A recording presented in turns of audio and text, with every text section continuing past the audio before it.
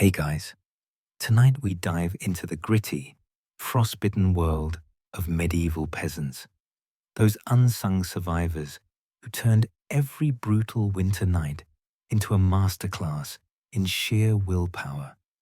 You shiver in a ramshackle hut, the wind sneaking through cracks like a thief in the dark, while you pile on ragged layers and huddle close, wondering if dawn will ever break. Picture it. No cozy blankets or hot cocoa. Just you, a sputtering fire, and the kind of cold that bites deeper than any wolf. You probably wouldn't last a single night without modern perks like central heating. But these folks made it through seasons that felt like endless ice ages. So, before you get comfortable, take a moment to like the video and subscribe, but only if you genuinely enjoy what I do here. And let me know in the comments where you're tuning in from and what time it is for you. It's always fascinating to see who's joining us from around the world. Now, dim the lights, maybe turn on a fan for that soft background hum, and let's ease into tonight's journey together. You curl up in your tiny, drafty dwelling, the kind built from whatever scraps the land offers. Mud slapped over woven branches, a roof of sagging thatch that leaks more than it shelters. The air inside hangs heavy with the scent of damp earth and faint smoke, and every breath you take fogs up like a ghostly whisper. Winter isn't some picturesque snowfall here. It's a relentless foe that tests your every fiber, turning simple survival into an art form you master or perish trying. You wake before dawn, fingers numb as you fumble to stir the embers, knowing that letting the fire die means inviting the freeze right into your bones. Historians point out that medieval Europe saw some of the harshest winters on record, like the Little Ice Age creeping in, where rivers froze solid and crops failed, forcing peasants like you to innovate or starve. But here's a quirky bit. Some folks rubbed sheep fat into their walls for extra waterproofing, turning their homes into greasy fortresses that smelled like a barnyard sauna. Talk about a medieval life hack that probably doubled as pest repellent. You layer up in whatever woolens you own, the rough-spun tunics scratching against your skin like 1,000 tiny complaints. But they're your only shield against the chill that seeps up from the dirt floor. No fancy quilts or feather beds for you. It's a sack of straw if you're lucky, prickly and lumpy, with the occasional flea hitching a ride for free warmth. You joke to yourself that at least the bugs keep you company, like unwanted guests at a perpetual slumber party. As the sun dips low, painting the sky in bruised purples, you gather your family close, bodies pressed together in a tangle of limbs and breaths, sharing heat like a living furnace. The wind howls outside, rattling the shutters, if you even have them, sounding like some mischievous spirit trying to barge in uninvited. You whisper stories to pass the time, tales of warmer days or heroic nights, anything to distract from the ache in your toes. And oh, the food. You scarf down a thick porridge of barley and roots, heavy enough to sit in your gut like a stone, fueling that inner fire to ward off the night's grip. Historians still argue whether these communal huddles strengthened family bonds or just bred resentment over who snored the loudest. Either way, it kept you alive. You eye the hearth, that flickering heart of your home, where a modest fire dances weakly on peat or scavenged wood. Keeping it alive is your sacred duty. Let it sputter out, and you're rolling out the welcome mat for hypothermia. You bank the coals with ash before sleep, a technique passed down like a family secret, hoping it'll smolder through till morning. If it works, you wake to a glow, ready for kindling.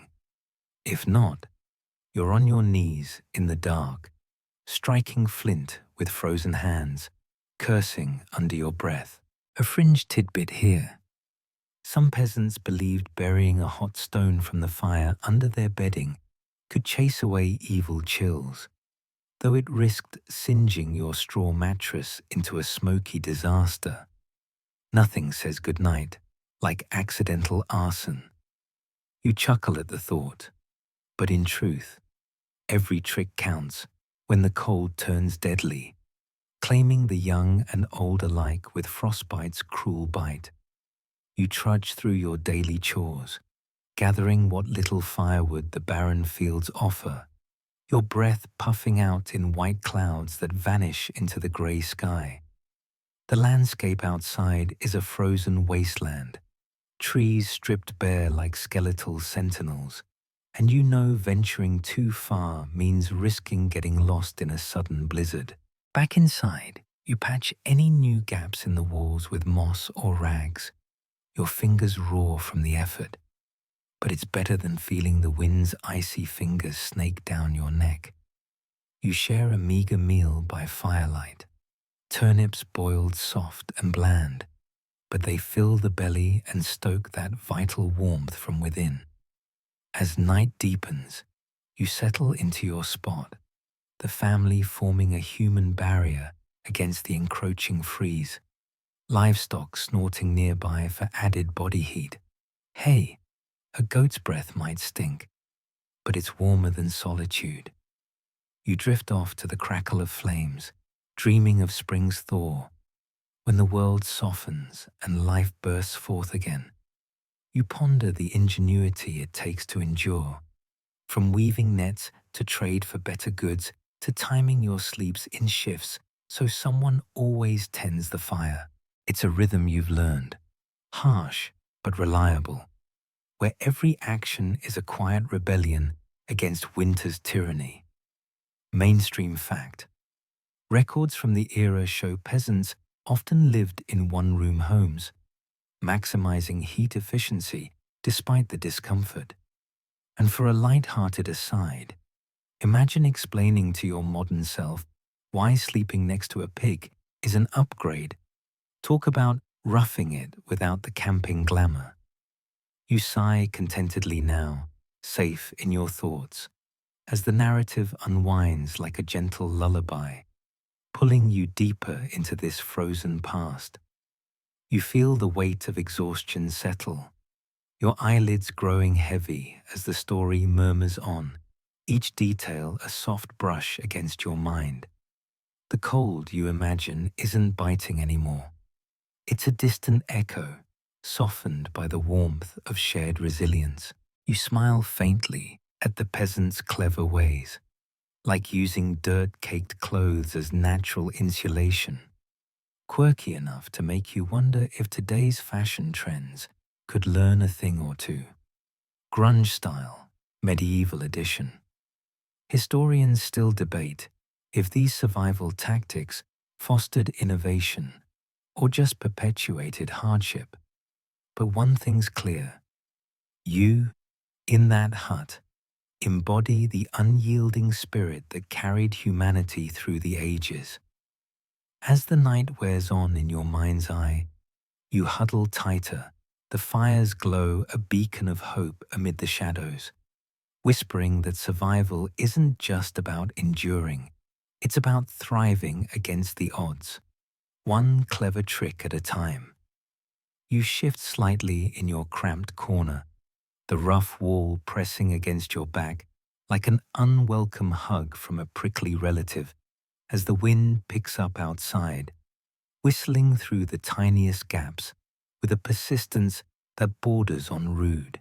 These walls of yours, slapped together from wattle and daub, sticks woven like a basket and smeared with mud, straw, and whatever else sticks, aren't exactly fortress material.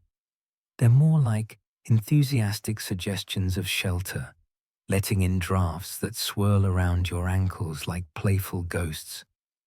You grab a handful of moss from the pile you've scavenged earlier, stuffing it into a fresh crack that's appeared overnight, your fingers turning muddy and cold. But hey, at least it's a workout that doesn't require a gym membership.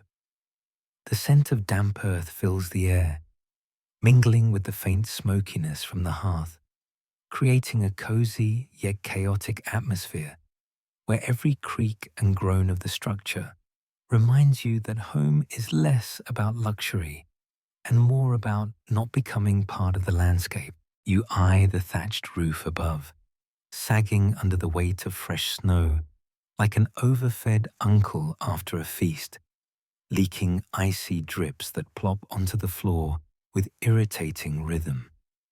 No glass windows for you, just small openings covered with oiled hides or shutters that bang in the gusts, turning your hut into a wind instrument nobody wants to hear.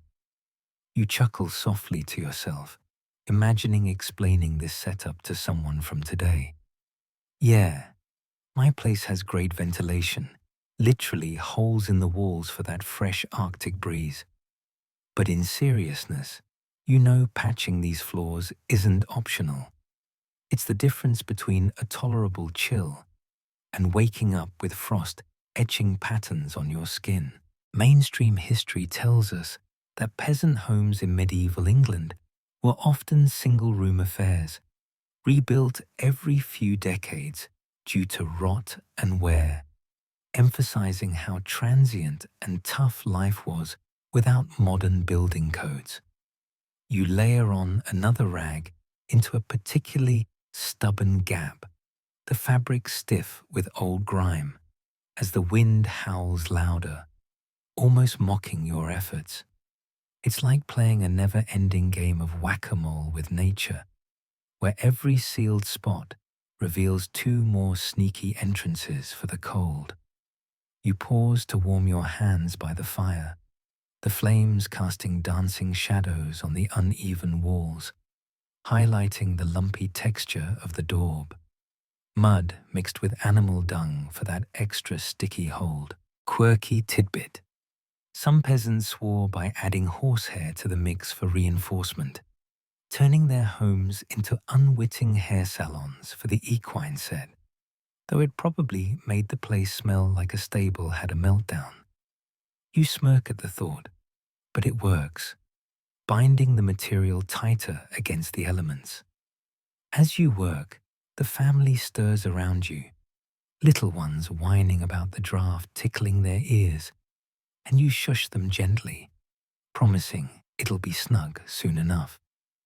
You step back to admire your handiwork, the wall now a patchwork of greens and browns from moss, rags, and fresh mud, looking more like abstract art than architecture. But it holds, for now, blocking that insistent breeze that's been nipping at your heels all evening. The inside feels a tad warmer already, the air less biting, though you know tomorrow's storm might undo it all over again. You settle back down, pulling a cloak tighter, the fabric heavy with the day's labors as the night deepens outside. Historians still argue whether these constant repairs built a sense of community pride or just endless frustration, debating whether it fostered resilience or resentment toward the lords who lived in stone castles untouched by such woes. You hear the roof creak again, a reminder that nothing here is permanent. The thatch needs replacing come spring, or it'll cave in under the next heavy snowfall. You joke inwardly that at least leaks provide free indoor fountains, medieval plumbing at its finest, complete with a slimy floor bonus. The cold from the walls seeps through regardless, a constant companion that makes you appreciate the fire's glow even more, its warmth radiating like a loyal friend in the dim light. You rub some grease from the cooking pot onto a dry spot, sealing it with a shiny sheen that catches the flicker. Another little trick to keep the damp at bay. The hut quiets as everyone huddles closer, breath sinking in the shared space. The drafts now muted to a whisper rather than a roar. You drift in thought, the sensory details wrapping around you like a blanket, the earthy tang of mud on your hands, the faint rustle of thatch overhead, the subtle shift in temperature as your patches hold firm. It's not perfect, far from it. But in this world, perfection is a lord's dream, not yours. You add a bundle of dry grass to another crevice, packing it tight with a stick, the motion rhythmic and almost meditative, lulling you toward sleep. A light aside, if only you had duct tape back then. Medieval winters would have been taped up and forgotten. No more drafty dramas. But no, it's all hands-on, gritty work that builds calluses and character in equal measure. You feel the exhaustion creep in, your body aching from the day's battles against the elements. But there's a quiet satisfaction in knowing you've fortified your little world a bit more. The wind outside tests your work, gusting hard, but the walls stand firm. The colds advance slowed to a crawl. You nestle deeper into the straw, the family's warmth enveloping you, as the narrative of survival continues to unfold in your mind, each patch a small victory in the grand frozen tapestry. The quirky ingenuity shines through, like those tales of peasants using boiled animal glue for seals, sticky, smelly, but effective, turning hides into makeshift barriers that doubled as aromatherapy gone wrong. You exhale slowly, the story's cadence softening like the dimming fire, pulling you along this historical path with gentle insistence. Historians debate if such homes' flimsiness spurred architectural evolution or locked peasants in cycles of poverty. But for you, in this moment, it's simply the canvas of your endurance. The drafts fade to background noise, the hut a cocoon against the storm, whispering that even the weakest walls can hold when tended with care. You close your eyes, the sensory haze of smoke and earth lulling you, as the wind's howl becomes a distant lullaby, carrying you further into the resilient heart of medieval winter. You sink deeper into the straw pile that passes for your bed, the prickly stems poking through your thin tunic, like nature's own acupuncture session gone rogue, as the cold from the floor below rises like an uninvited fog, wrapping around your legs with an almost personal persistence. This isn't some fluffy mattress affair. It's a flattened mat of hay or rushes scattered over compacted dirt, crunchy under your weight and shifting with every restless turn, turning sleep into a strategic battle against discomfort and the ever-present chill. You pull your knees closer, trying to trap what little body heat you can, the air in the hut thick with the musty scent of damp vegetation and faint animal musk from the corner where the goats are settled. The ground beneath isn't forgiving. It's a frozen slab that seeps icy tendrils upward, making you feel like you're lying on a block of winter itself.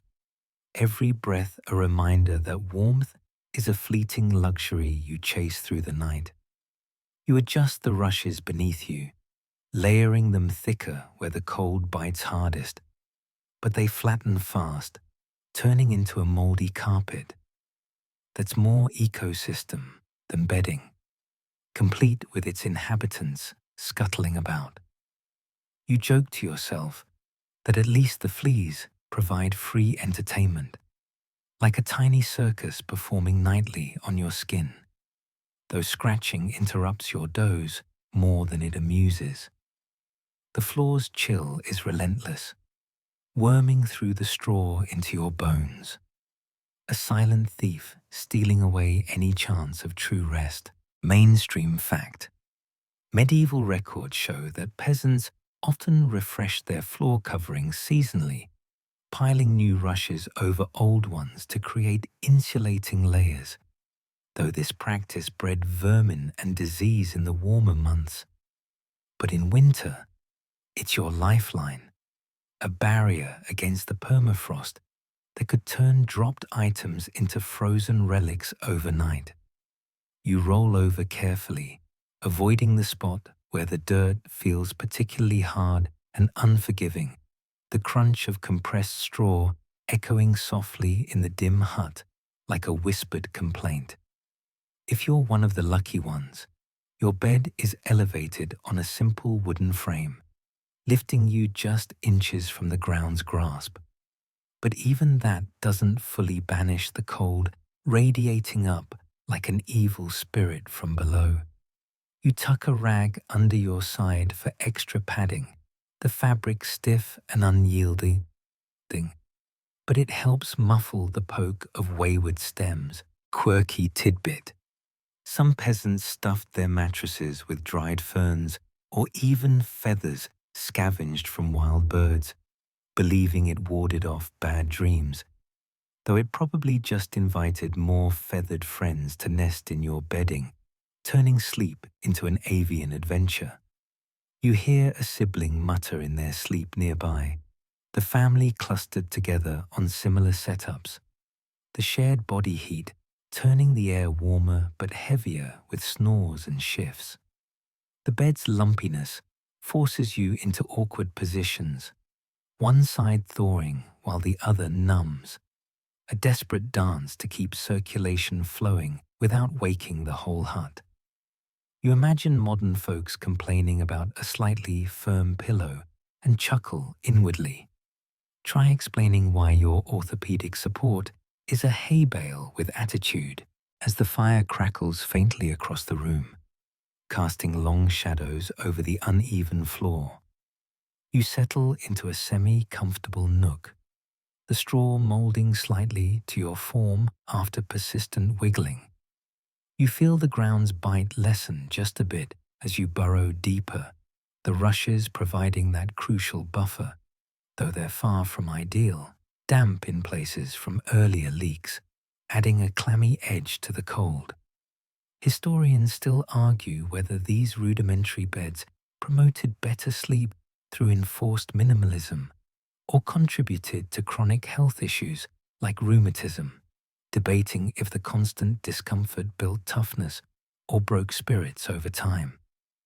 You drift in the sensory haze, the faint rustle of straw under your ear like a lullaby from the earth itself, the chill a distant hum now that you've positioned just right.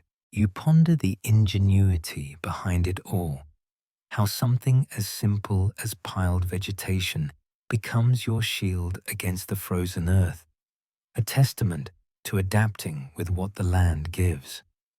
The bed's temporary nature means come spring, you'll haul it out and burn the old stuff, starting fresh to avoid the bugs that thrive in the decay. Nature's way of reminding you nothing lasts forever, especially not comfort in winter. A light aside, if fleas were currency, you'd be the richest peasant around, with your mattress as the mint. Talk about investing in live assets. You smile faintly, the thought easing the ache, as the night's quiet envelops you, the floor's cold a subdued foe under your layered defenses. You exhale slowly, the story weaving onward like threads in a worn blanket, each detail softening the edges of this harsh world in your mind.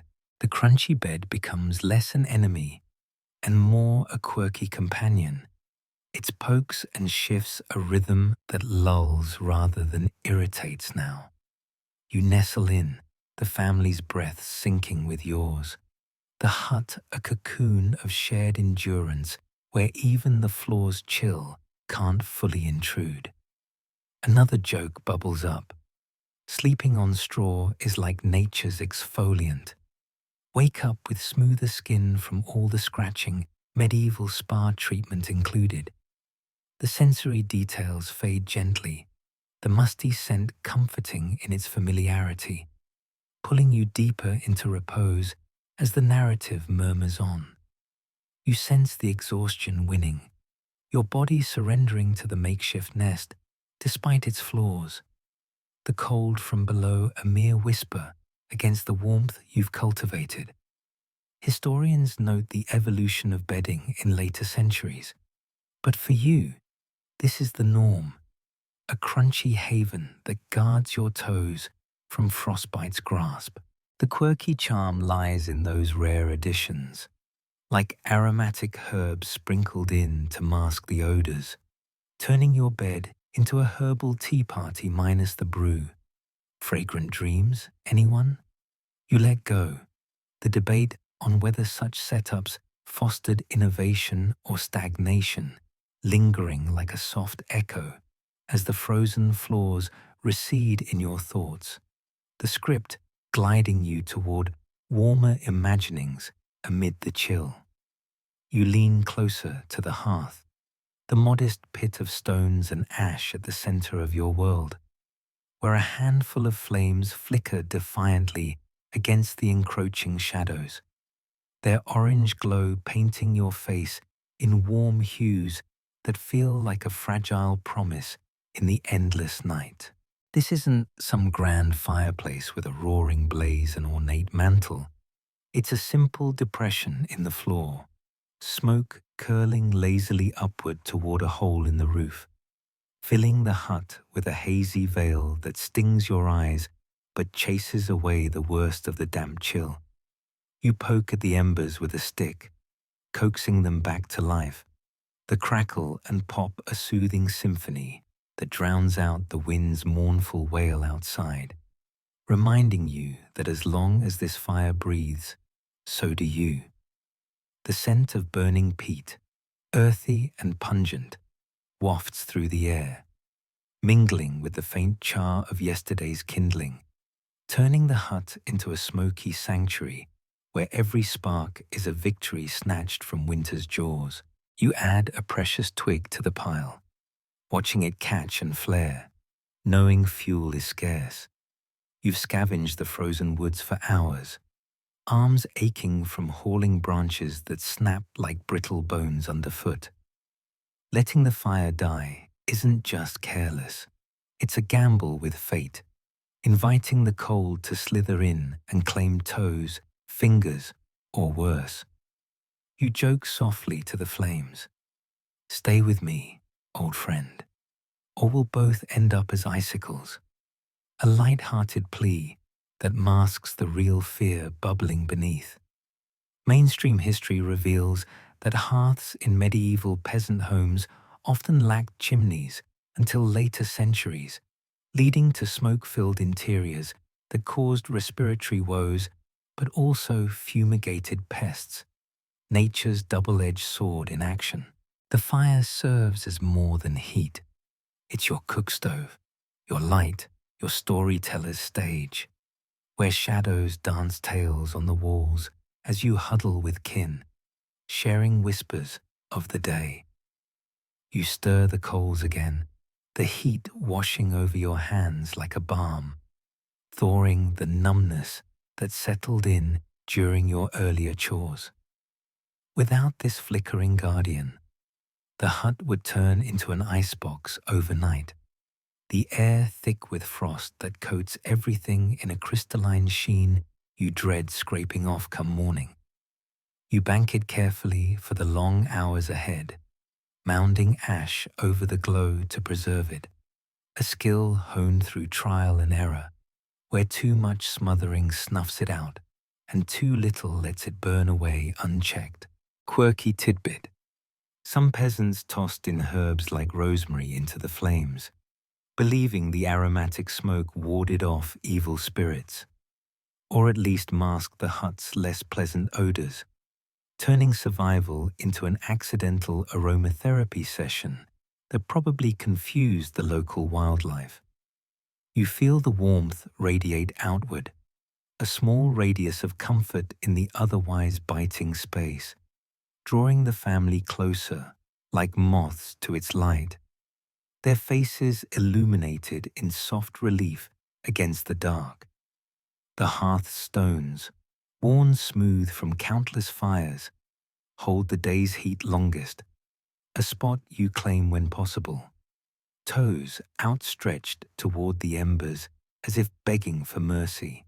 Historians still argue whether these central hearths fostered social unity by forcing communal gathering or exacerbated health issues from constant smoke exposure, debating whether the benefits outweighed the coughs and watery eyes that came with it.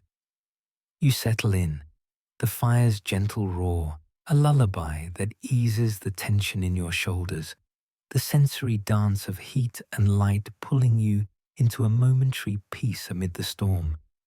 You watch a spark leap free, dying on the dirt floor with a hiss, a reminder of how precarious this lifeline is. Gather too little wood, and you're left shivering. Overfeed it, and you risk the thatch catching above. The night deepens, the wind testing the walls, but the hearth holds steady, its glow a beacon that says you're not alone in this fight. You add another log, the wood crackling in protest before surrendering to the blaze. The sudden burst of warmth chasing shadows to the corners where they lurk like forgotten worries. A light aside, imagine if peasants had s'mores back then. Roasting turnips over the fire doesn't quite hit the same, but it'd make winter nights a bit sweeter, or at least less turnipy. You exhale, the story's rhythm syncing with the fire's pulse, each flicker a soft invitation to unwind further into this tale of endurance. The hearth becomes your anchor, its heat a gentle embrace that softens the hut's harsh edges, the smoke a hazy veil that blurs the line between wakefulness and dreams. You ponder its deeper role, how it binds you to the land, to the seasons, to the cycle of gathering and burning that mirrors life's fleeting spark. Another joke surfaces. The fire's like that unreliable relative who shows up warm and bright but vanishes if you don't keep feeding it. Family drama, medieval style. The sensory details envelop you. The pop of sap, the radiant glow on your skin, the subtle shift as embers settle, lulling the mind toward repose. You sense the fatigue deepening, your vigil over the hearth easing as the flames stabilize, the hut's air warmer now, infused with the comforting tang of wood smoke that clings to your clothes like a second skin. Historians note the evolution of fire management in rural life, but for you, it's instinct, a dance with elements that keeps the cold at bay. The quirky allure lies in those rare additions, like peat mixed with dung for longer burns, turning waste into warmth. Recycling before it was cool, pun intended. You let your eyes drift half closed. The debate on the hearth's cultural impact, fading like dying coals, as the fire's hope flickers on, guiding you through the narrative's gentle unwind. You feel the pull toward sleep, the hearth's glow a soft guardian that whispers of tomorrow's dawn, the cold outside a distant murmur against its steady defense. The script glides onward, each word an ember in the dark, illuminating the resilient spark that defines this frozen existence. You hover over the dying flames, the hearth's glow fading to a soft orange pulse as the hut settles into the deepest part of the night, where the cold presses in like an old enemy testing your defenses once more. This is the moment for fire banking, that delicate artistry you've perfected through countless winters. where you carefully mound ash over the embers, creating an insulating blanket that smothers just enough to preserve the heat without extinguishing it completely. Too loose, and the wind sneaks in to snuff it out. Too tight, and you wake to cold coals that demand a fresh spark from flint and steel, tricky in the dark with numb fingers fumbling like they've forgotten their purpose. You pat the ash down gently, the warmth still radiating through, a faint hiss escaping as the embers breathe their last visible sigh before hibernating under the grey cover. The air grows cooler immediately, but you trust the process. The scent of cooled smoke lingering like a promise of revival come dawn. You step back, wiping ash from your hands on your tunic, the gritty residue a badge of your vigilance, knowing that without this ritual, the night could turn deadly, the hut transforming into a frozen tomb where breath itself ices over. You've learned this from elders, each family with their twist. Some swear by adding a pinch of salt to the ash for better insulation. Others insist on whispering a quick prayer to the fire spirits for good measure. You chuckle at the superstition, imagining the embers as picky house guests who need coaxing to stay overnight. But it works more often than not, buying you precious hours of rest without the panic of a dead hearth. Mainstream fact: medieval manuscripts describe fire banking as a common practice across Europe, essential in regions where wood was scarce, helping conserve fuel during long winters when foraging meant braving blizzards that could bury you in drifts taller than a man. You settle nearby, the family already dozing in their clustered warmth, but you linger a moment, eyes fixed on the mound, watching for any telltale glow that might escape and signal imbalance. If a gust rattles the door, you might have to adjust, poking gently with a stick to let it breathe, the ash shifting like fine snow under your touch. This isn't glamorous work. It's gritty, sooty, and often leaves you coughing from the dust. But it's the thread that holds survival together, a quiet mastery that turns potential disaster into routine. Quirky tidbit: in some villages, peasants competed in fire banking contests during festivals, judging whose embers lasted longest overnight, with winners boasting rights and maybe a shared ale. Think of it as medieval Olympics for the domestically inclined, where the prize was not freezing to death. You feel the hut's chill deepen as the uncovered fire's absence makes itself known, but beneath the ash, you know the heart still beats, ready to roar back with fresh kindling at first light. Historians still argue whether fire banking evolved from ancient Roman techniques or was a grassroots innovation born of necessity, debating if it symbolized cultural adaptation or just desperate resourcefulness in fuel-poor eras. You ease into your spot on the straw, the family's breaths a steady backdrop, the sensory hush of the banked fire creating a cocoon of anticipation rather than dread, the faint warmth still palpable if you stretch a hand close. You ponder the finesse it requires, how a slight dampness in the ash can make all the difference, drawing moisture to protect without drowning the glow, a balance as precise as a baker's dough. Too wet, and it's a soggy mess. Too dry, and it scatters. You joke inwardly that if you could bank worries like fire, winters would be a breeze. But alas, the mind doesn't come with an ash blanket. The night stretches on, the wind probing the walls like a thief. But your artistry holds, the embers safe in their cocoon, whispering through the ash that a morning will bring revival. A light aside, imagine patenting fire banking today. It'd be the ultimate eco-friendly gadget, No batteries required, just ash and attitude. You exhale, the narrative's cadence softening like the muffled flames, each detail a gentle nudge toward the artistry's quiet triumph. The hut feels secure in its subdued warmth, the banked fire a callback to earlier vigils, its preservation a testament to your cunning against the elements. You nestle deeper, the straw crunching faintly, the sensory veil of ash and residual heat lulling you, pulling the mind into repose as the script unwinds. Another quip surfaces. Fire banking is like putting the sun to bed. Tuck it in wrong, and it sulks till noon.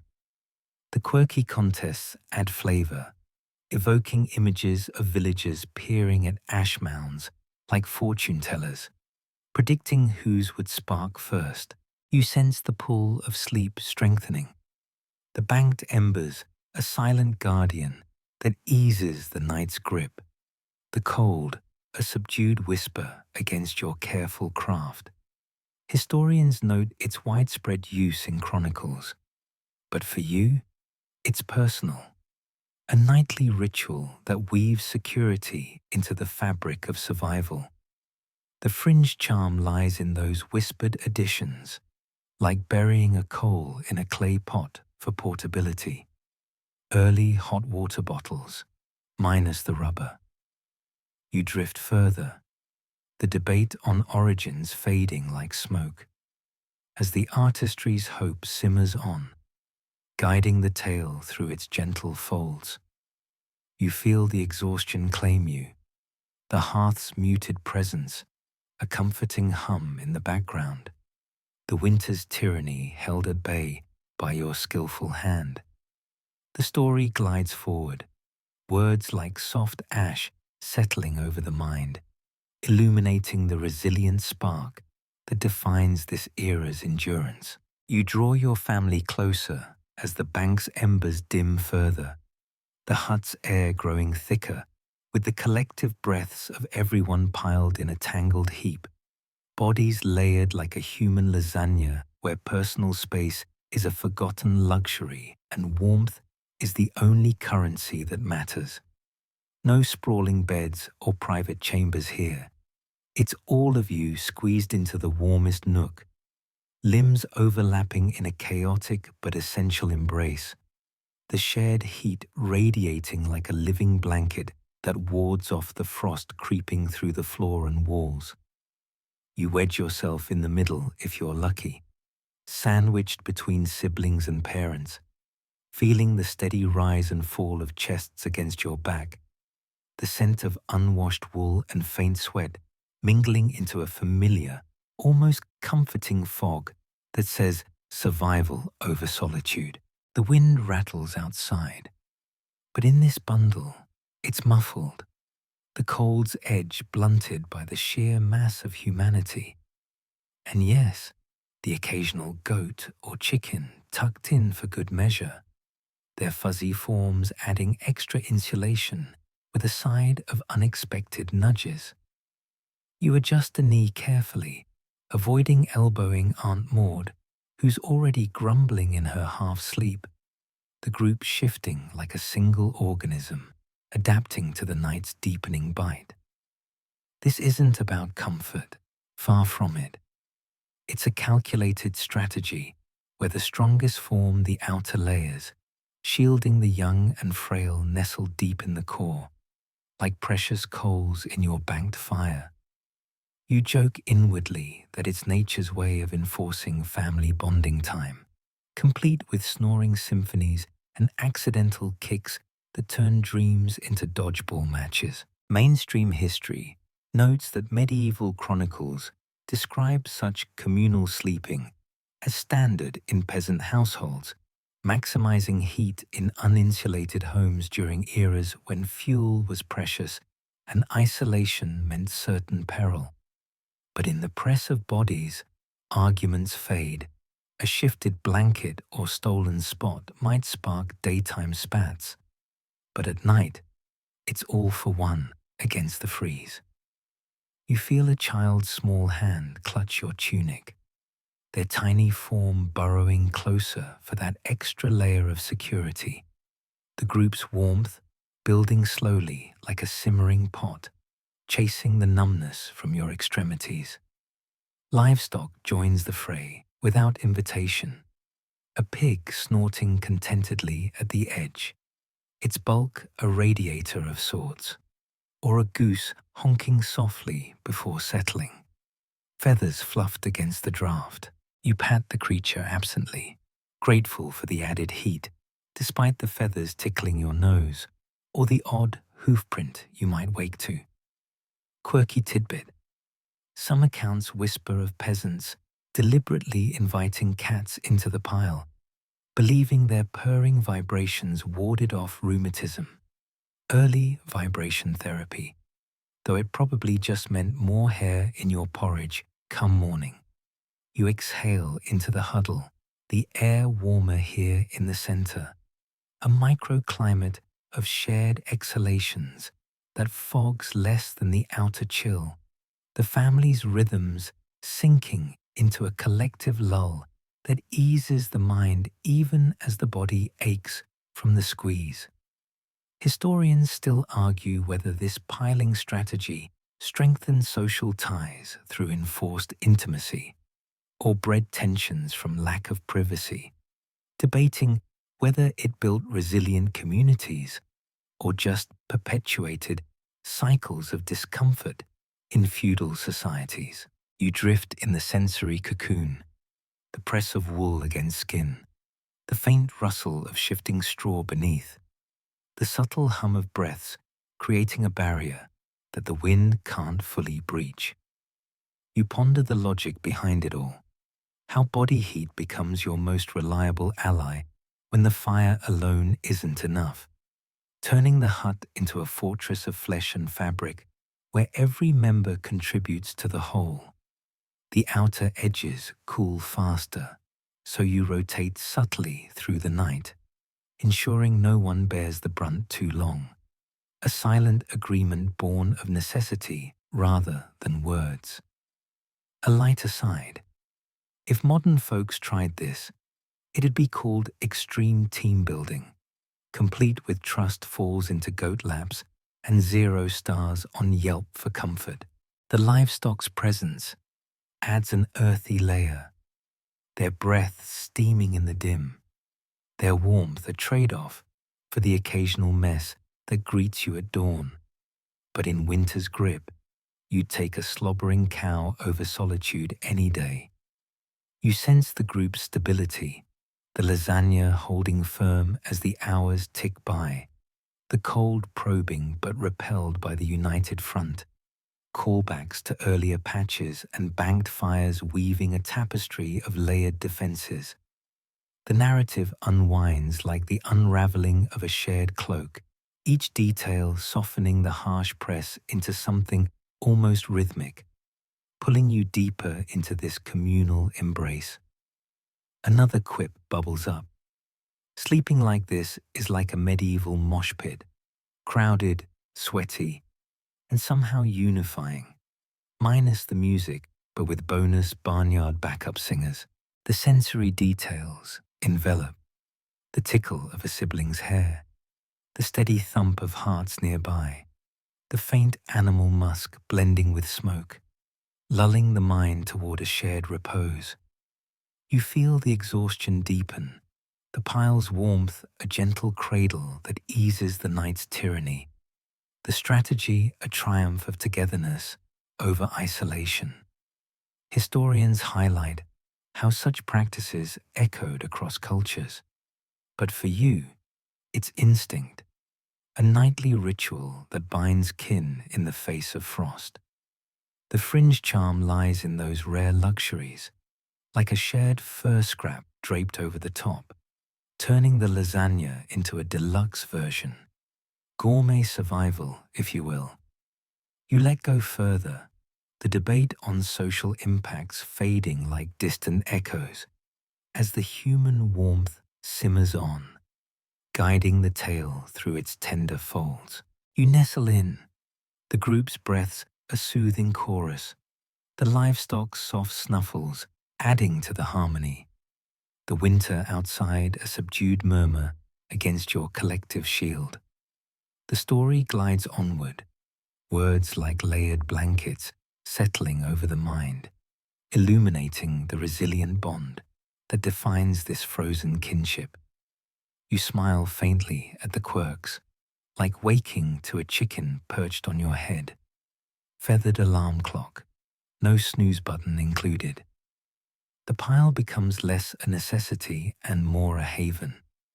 Its press a comforting weight that whispers of endurance through unity. You sense sleep claiming the edges, the lasagna's strategy a soft guardian that holds the cold at bay, the hut alive with the quiet power of togetherness. The script murmurs forward, each phrase a gentle nudge, weaving the narrative's warmth into your thoughts as the night unfolds its layers. You nudge the goat aside gently as it ambles into your sleeping pile, its coarse fur brushing against your leg like a living blanket that's equal parts itchy and indispensable, the animal's body heat seeping through the chill like a reluctant gift from the barnyard gods. No separate barns or cozy stables for your livestock here.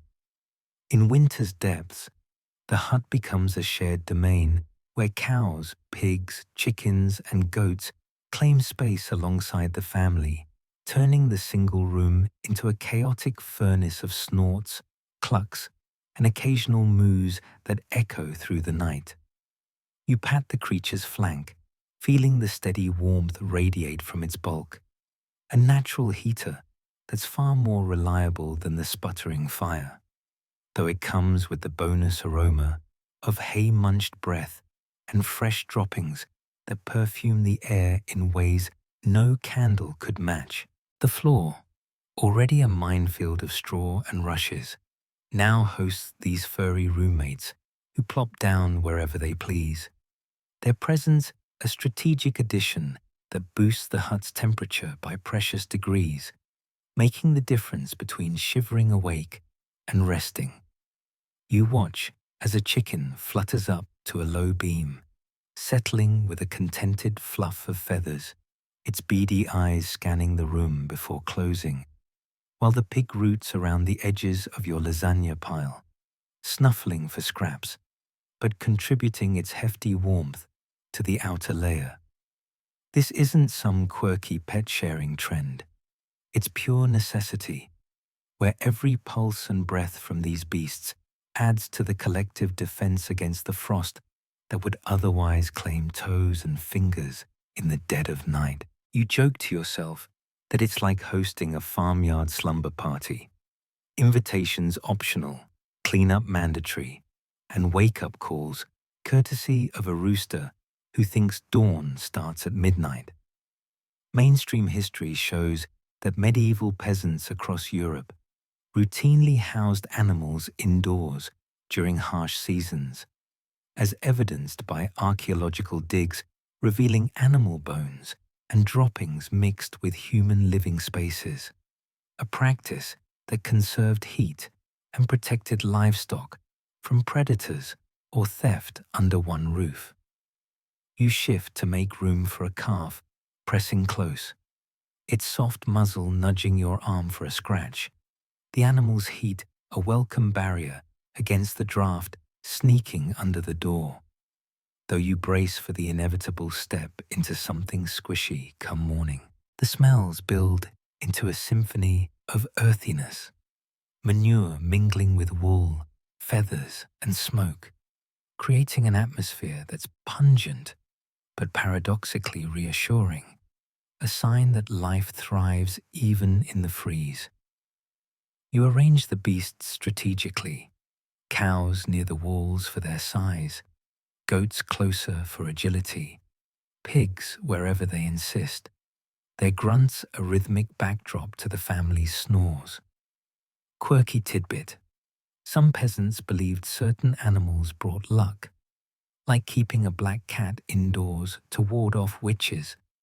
though it probably just meant fewer mice nibbling your stores, turning superstition into practical pest control with a side of midnight cuddles.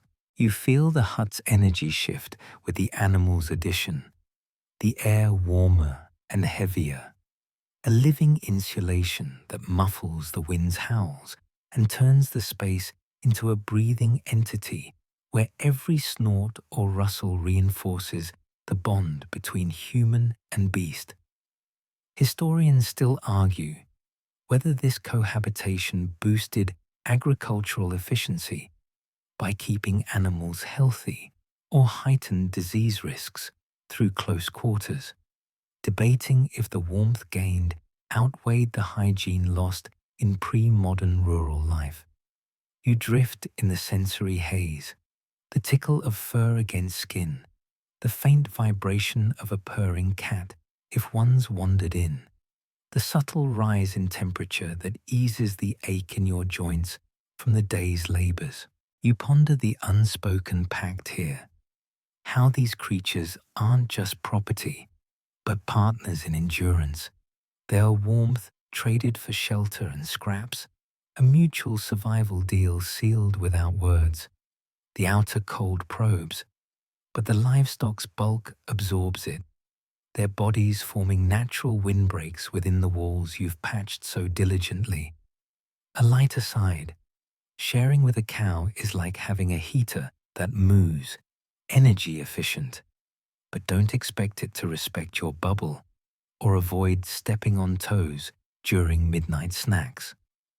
The group's lasagna feels complete now, humans and animals intertwined, the shared heat building into a cocoon that defies the blizzard raging beyond the thatch.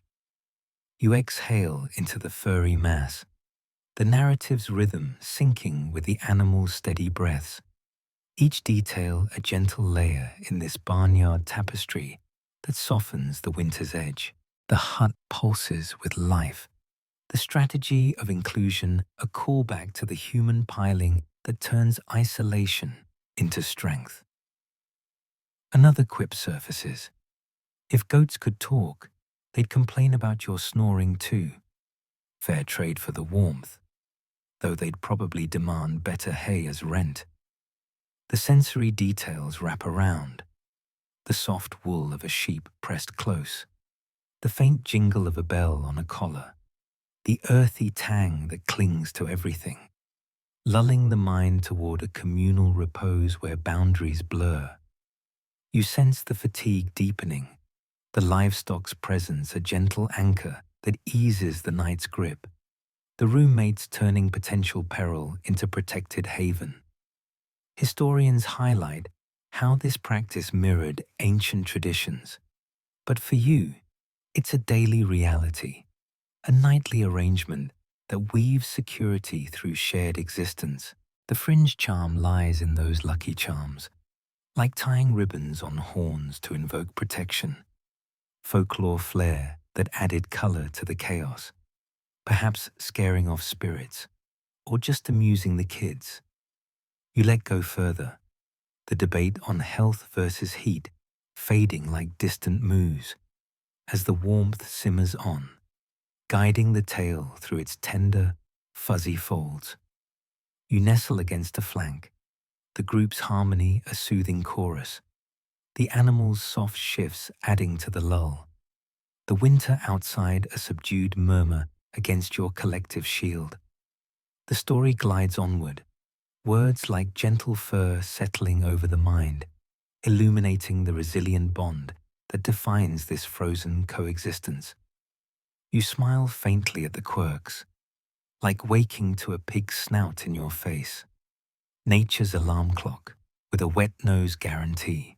The roommates become less intruders and more allies, their presence a comforting weight that whispers of endurance through unity. You feel sleep claiming the edges, the barnyard strategy a soft guardian that holds the cold at bay, the hut alive with the quiet power of interspecies togetherness.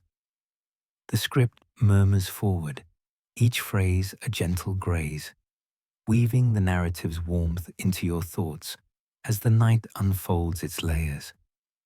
The animals settle deeper, their heat a steady hum, turning the lasagna into a fortress where survival smells like hay and hope. You rummage through your meager pile of garments by the hearth's dim glow, the flickering light casting long shadows over the worn fabrics that smell faintly of smoke, sweat, and the earthy tang of the fields where they were spun from rough wool and linen. Winter's armor isn't forged in a blacksmith's fire. It's layered on your body, piece by itchy piece, turning you into a walking bundle of textiles that scratches and weighs you down, but stands between you and the bone-deep freeze waiting outside. You start with the base tunic, coarse against your skin, like sandpaper whispering secrets, then add another over it, followed by leggings that sag at the knees from constant wear, a cloak draped heavily over your shoulders, and if fortune smiles, a patched sheepskin vest that feels like hugging a cloud, albeit a smelly, lanolin-soaked one. The air in the hut thickens with the musty scent of these layers, each addition trapping a bit more of your body's fleeing warmth, creating a personal cocoon that's far from fashionable, but fiercely functional. You tug at the hems, adjusting the bulk so it doesn't hinder your movements too much. Though walking feels like wading through molasses, every step a rustle of fabric that echoes in the quiet space. No tailored coats or insulated boots for you. Feet get wrapped in rags stuffed into wooden clogs, the cloth absorbing the damp cold from the floor, while the wood clacks softly against the dirt. You joke to yourself that you're a human onion, peeling off layers come morning, if you don't sprout first from all the grime building up underneath. But in truth, this piling on is your frontline defense, a ritual as vital as tending the fire, where forgetting a scarf means waking with frost-nipped ears or a throat raw from icy breaths. Mainstream history reveals that medieval peasants' clothing was primarily wool-based, as wool retained heat even when wet, a practical choice in damp climates documented in estate records showing allocations of fabric to serfs for winter gear. You feel the itch intensify as the wool pricks your skin, a constant reminder that comfort takes a back seat to survival. The fibers course from homespun threads that haven't seen a softening wash in weeks. Water's too precious and frozen to waste on laundry. You add gloves if you have them, makeshift from leather scraps or more wool, fingers poking through holes that you mend on the fly with a needle fashioned from bone. The weight of it all presses down, making you slump a bit. But the trapped air between layers acts like invisible insulation, warming gradually as your body heat builds, turning the ensemble into a portable hearth that follows you even when you step outside for necessities. Quirky tidbit: some peasants rubbed their outermost layers with animal fat or wax to repel snow, creating a greasy sheen that doubled as waterproofing. Early Gore-Tex, though it probably attracted every stray dog in the village sniffing for a snack. You settle back into the family pile, the added bulk making you feel like an overstuffed sausage in the lasagna of bodies. The fabrics rustling against neighbors and livestock alike, a symphony of scratches and sighs that fills the hut. Historians still argue whether this extreme layering promoted better circulation through constant movement or led to skin irritations that worsened in unsanitary conditions, debating if it was a boon for endurance or a hidden health hazard in long winters.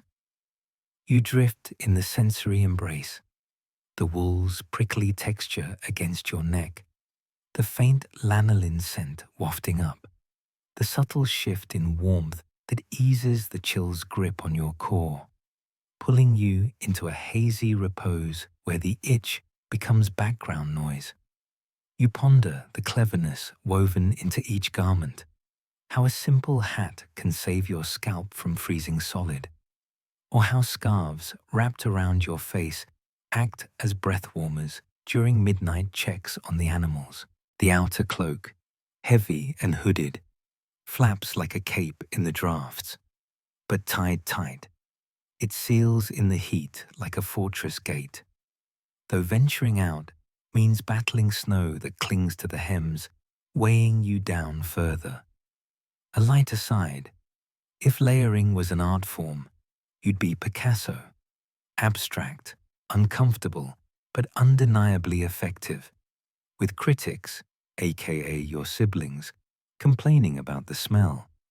The group's warmth amplifies your armor, the shared heat seeping through fabrics to create a collective shield that defies the blizzard's roar beyond the walls. You exhale slowly, the narrative's cadence softening like the muffled rustle of your tunic, each detail a gentle thread in this textile tapestry that blunts winter's blade.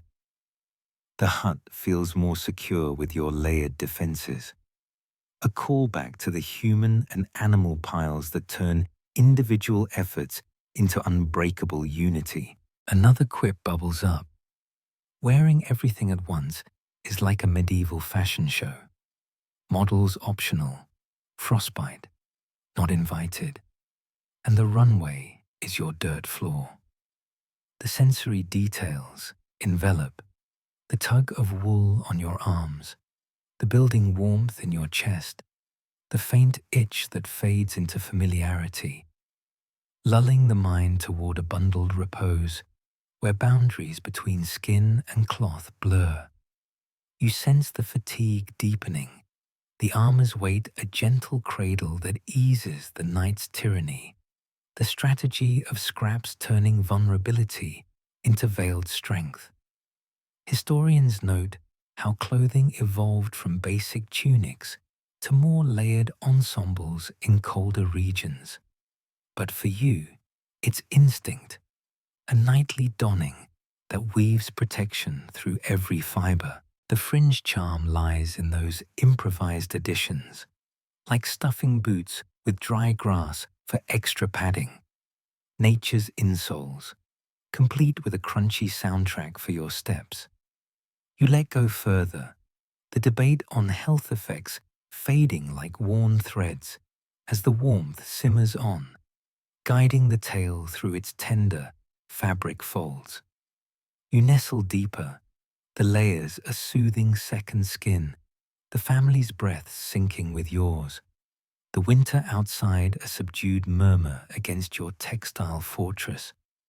The story glides onward, words like soft wool settling over the mind, illuminating the resilient weave that defines this frozen resilience. You smile faintly at the quirks, like discovering a forgotten rag in your sleeve, bonus layer, or accidental pocket warmer. The armor becomes less burdensome and more a haven, its press a comforting weight that whispers of endurance through ingenuity. You feel sleep claiming the edges, the itchy ensemble a soft guardian that holds the cold at bay, the hut alive with the quiet power of layered persistence. The script murmurs forward, each phrase a gentle tuck, weaving the narrative's warmth into your thoughts as the night unfolds its bundles. The fabrics settle, their itch a distant hum, turning the pile into a sanctuary where survival feels like a well-worn embrace. You stare at your tunic, caked with layers of grime from weeks of wear, the fabric stiff and darkened by mud, sweat, and the occasional spill from the cooking pot, a far cry from the fresh weave it once was. But now your unexpected ally in the war against winter's unrelenting assault. Dirt isn't the enemy here. It's your secret weapon, building up naturally on your clothes to clog the pores of the wool and linen, turning breathable garments into wind-resistant barriers that trap body heat like a fortress wall forged from the earth's refuse. You run a hand over the crusty surface, feeling the greasy buildup from unwashed oils and embedded soil, a tactile shield that might make you wrinkle your nose but keeps the icy drafts from slicing straight through to your skin. The hut's air carries that distinctive tang, earthy, slightly sour, like a mix of barnyard and smoke, that clings to everything, a reminder that cleanliness takes a back seat when survival demands you prioritize warmth over wafting like a spring meadow. You layer on, without a second thought to scrubbing, knowing that washing in midwinter means hauling frozen water from the stream, smashing through ice, and then waiting days for sodden clothes to dry by the fire.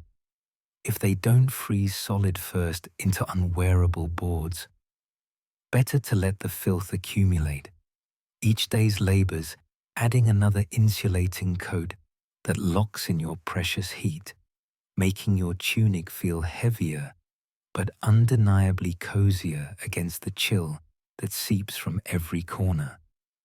You joke to yourself that you're a walking compost heap, fertile ground for whatever microbes fancy a ride. But hey, at least it beats shivering through the night like a leaf in a gale. Mainstream history points out that medieval hygiene practices were dictated by season, with bathing rare in winter due to the risks of illness from cold exposure, as noted in contemporary medical texts advising against stripping down in freezing conditions. You feel the difference as you move, the grimy layers resisting the wind's probe when you crack the door for a quick check on the animals, the dirt acting like a natural sealant that turns your clothes into makeshift armor far more effective than clean, airy fabrics that let the cold whistle right through. Underneath, the build-up on your skin, oils, sweat, and dust, forms a barrier too, a personal grease that some swear by for preventing chapped cracks that invite frostbite's bite. You add to it unconsciously, rubbing hands soiled from mending the walls or tending the fire, the residue blending seamlessly into your winter guise. Quirky tidbit. Peasants occasionally smeared their faces with a mix of soot and fat before venturing out, believing it protected against evil winds, or perhaps just created an impromptu camouflage that made them look like chimney sweeps on a bad day, blending into the smoky hut like shadowy figures. You settle back into the pile, the grime on your outer tunic brushing against a sibling's equally filthy one, the shared dirt a communal glue that enhances the group's heat trap without a word of complaint. Everyone stinks the same, so who notices? The filth's genius lies in its subtlety. It's not deliberate at first, but as weeks turn to months, you embrace it, knowing a fresh wash could strip away that vital layer, leaving you vulnerable to the hypothermia that claims the overzealous cleaners. Historians still argue whether this accumulated grime truly insulated or merely masked underlying health woes like infections from poor sanitation, debating if it was a clever adaptation or a reluctant concession to poverty's grind in feudal times. You drift in the sensory haze, the tacky feel of dirt under your nails, the faint oily sheen on your arms catching the firelight, the subtle warmth build-up that eases the shiver from your spine, pulling you into a gritty repose where cleanliness feels like a distant summer dream. You ponder the deeper strategy, how dirt evolves from nuisance to necessity, clogging fabric weaves to block drafts, while your body's natural secretions add a waterproof edge that repels light snow or damp. The outer cloak, especially, becomes a masterpiece of muck, its surface repelling moisture like a duck's back, though stepping inside means tracking in mud that blends right into the floor's ecosystem. A light aside, if grime were gold, you'd be richer than the lord in his castle, mining it daily from chores, with interest accruing in every unwashed fold, no taxes required. The family's collective filth amplifies the effect, the lasagna pile turning into a steamy, insulated nest where scents mingle but warmth prevails, a callback to the livestock's earthy contributions that make the hut a unified front against the freeze. You exhale into your scarf, the narrative's rhythm softening like the muffled crunch of dirt underfoot, each detail a gentle patina in this soiled tapestry that blunts winter's sharpness. The hut feels more fortified with your grimy defenses, the genius of neglect turning vulnerability into veiled resilience. Another quip bubbles up. Embracing dirt is like joining a secret society. Initiation via mud bath. Perks include not freezing, and the uniform is whatever you wore last month. The sensory details envelop, the sticky tug on your skin, the building heat beneath the crust, the faint earthy whiff that clings like a second shadow, lulling the mind toward an encrusted repose where boundaries between clean and clever blur. You sense the fatigue deepening, the grime's weight a gentle cradle that eases the night's tyranny, the insulation a triumph of adaptation over ablution. Historians note how such practices persisted in rural folklore. But for you, it's instinct, a nightly acceptance that weaves protection through every soiled thread. The fringe charm lies in those deliberate enhancements, like mixing clay into hems for extra bulk, early mud packs, spa-free and survival-approved.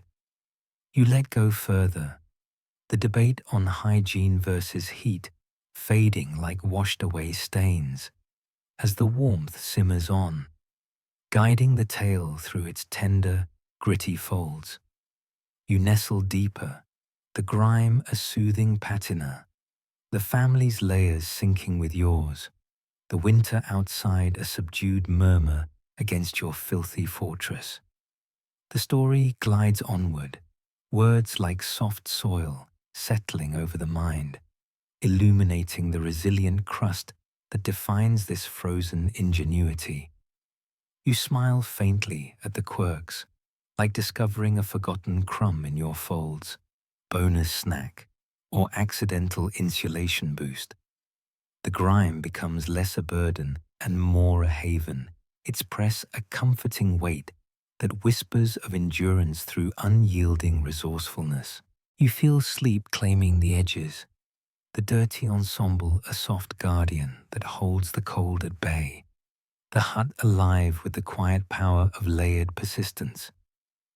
The script murmurs forward, each phrase a gentle smudge, weaving the narrative's warmth into your thoughts as the night unfolds its encrusted layers. The fabrics settle, their grime a distant hum against the building's repose, turning the pile into a sanctuary where survival feels like a well-earned embrace under the filth's clever veil. You wriggle into the straw mattress that's more a pile of prickly disappointments than a place of rest, the dried stalks shifting beneath you with a crunch that sounds like stepping on autumn leaves amplified in the quiet hut, each movement sending a rogue stem jabbing into your side like nature's way of saying, "Sweet dreams, sucker." This isn't a plush haven of feathers or down. It's a sack stuffed with hay, rushes, or whatever vegetation you could harvest and dry before the frost set in, lumpy and uneven, flattening under your weight into a hard slab that offers about as much support as a deflated promise. You toss and turn, trying to find a spot where the pokes are minimal, the faint barnyard scent rising to greet your nose. Hay mingled with hints of mold and the earthy residue from the fields, a reminder that your bed is essentially recycled fodder that once fed the very livestock now snoring nearby. Fleas leap aboard, uninvited, tiny acrobats performing their nightly routine on your skin. Their bites a itchy punctuation to the discomfort that makes true sleep feel like a distant legend, whispered by warmer climes. You fluff the edges as best you can, but the straw compresses quickly, turning your resting place into a biological hotspot where bugs thrive in the warm crevices. Their presence a constant companion that has you scratching more than slumbering. No box springs or memory foam here. If you're elevated at all, it's on a rough wooden frame that creaks in protest, lifting you just enough from the frozen floor to avoid direct contact, but not the radiating chill that seeps up like a ghostly hand.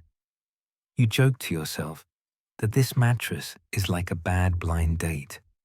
Looks promising at first, but soon reveals its prickly personality and unwanted guests who overstay their welcome. The hut's dim light from the banked fire casts shadows over the bedding, highlighting the flattened patches where generations have worn it down. A testament to how temporary and transitory comfort truly is in your world. Mainstream history indicates that straw bedding was ubiquitous in medieval Europe, as archaeological finds from sites like York's Viking settlements show layers of organic material used for insulation, refreshed periodically to combat decay and infestation. You roll to avoid a particularly sharp stalk digging into your hip, the crunch echoing softly as fleas scatter momentarily before resuming their feast. Their bites a fiery itch that pulls you from the edge of doze just when you think you've settled. Changing the stuffing is a seasonal event, hauling out the old moldy mess to burn or compost, then refilling with fresh rushes mixed with herbs like lavender to mask the odors. Though after a day, it all blends into the same damp, trampled mush, underfoot and underbody. You tuck a rag over a lumpy spot for makeshift padding, the fabric adding a thin barrier against the onslaught. But it's fleeting relief in a sea of discomfort where every shift risks waking the family pile or disturbing the livestock's rhythmic breaths. Quirky tidbit: some peasants sprinkled dried catnip or mint into their mattresses, hoping to repel fleas with the scent. Early aromatherapy pest control, though it might have just attracted curious cats to join the bed party, turning sleep into a feline fiesta. You feel the mattress mold slightly to your form after persistent adjustment, the straws crunch, softening to a subtle rustle as you find a tolerable position. The flea's activity a distant prickle against the greater need for rest. The bedding's role as insulation can't be overstated. Piled thick, it creates air pockets that trap heat from the bodies above, a natural buffer against the floor's icy grasp that you've come to rely on like an old, grumpy friend. Historians still argue whether these organic mattresses provided adequate rest for labor-intensive lives or contributed to widespread sleep deprivation that affected productivity and health, debating if the constant discomfort spurred early risers or bred chronic fatigue in agrarian societies. You drift in the sensory haze, the prickly texture against your back, the faint herbal whiff if you've added any, the subtle shift in pressure that eases the ache just enough to invite drowsiness, pulling you into a lumpy repose where the misery becomes mundane. You ponder the humble genius of it all, How something as basic as dead plants becomes your shield against the night's tyranny, elevated from the ground to preserve what little warmth the hut offers, though the fleas remind you nothing comes without a price. Itchy tolls for temporary haven. The communal aspect amplifies it. The family's weight compresses the shared mattress further, creating denser insulation, but also more lumps to navigate. A group effort where one person's toss affects the whole. A lighter side, if straw beds were modern inventions, they'd market them as organic, eco-friendly slumber pods, complete with built-in exfoliation from the pokes and complimentary flea circus for entertainment value. The livestock nearby adds to the ecosystem, their occasional rustle stirring the straw like a living undercurrent. But in this misery, you find a strange solidarity. The bed a callback to the layered armor that turns personal discomfort into collective endurance. You exhale slowly, the narrative's rhythm softening like the flattening hay, each detail a gentle stem in this prickly tapestry that cushions winter's harshness. The hut feels more grounded with your lumpy defenses, the misery of the mattress turning vulnerability into veiled resilience amid the flea's antics. Another quip bubbles up. Tossing on this bed is like wrestling a porcupine. Win and you sleep. Lose and you're the pincushion, with fleas as cheerleaders.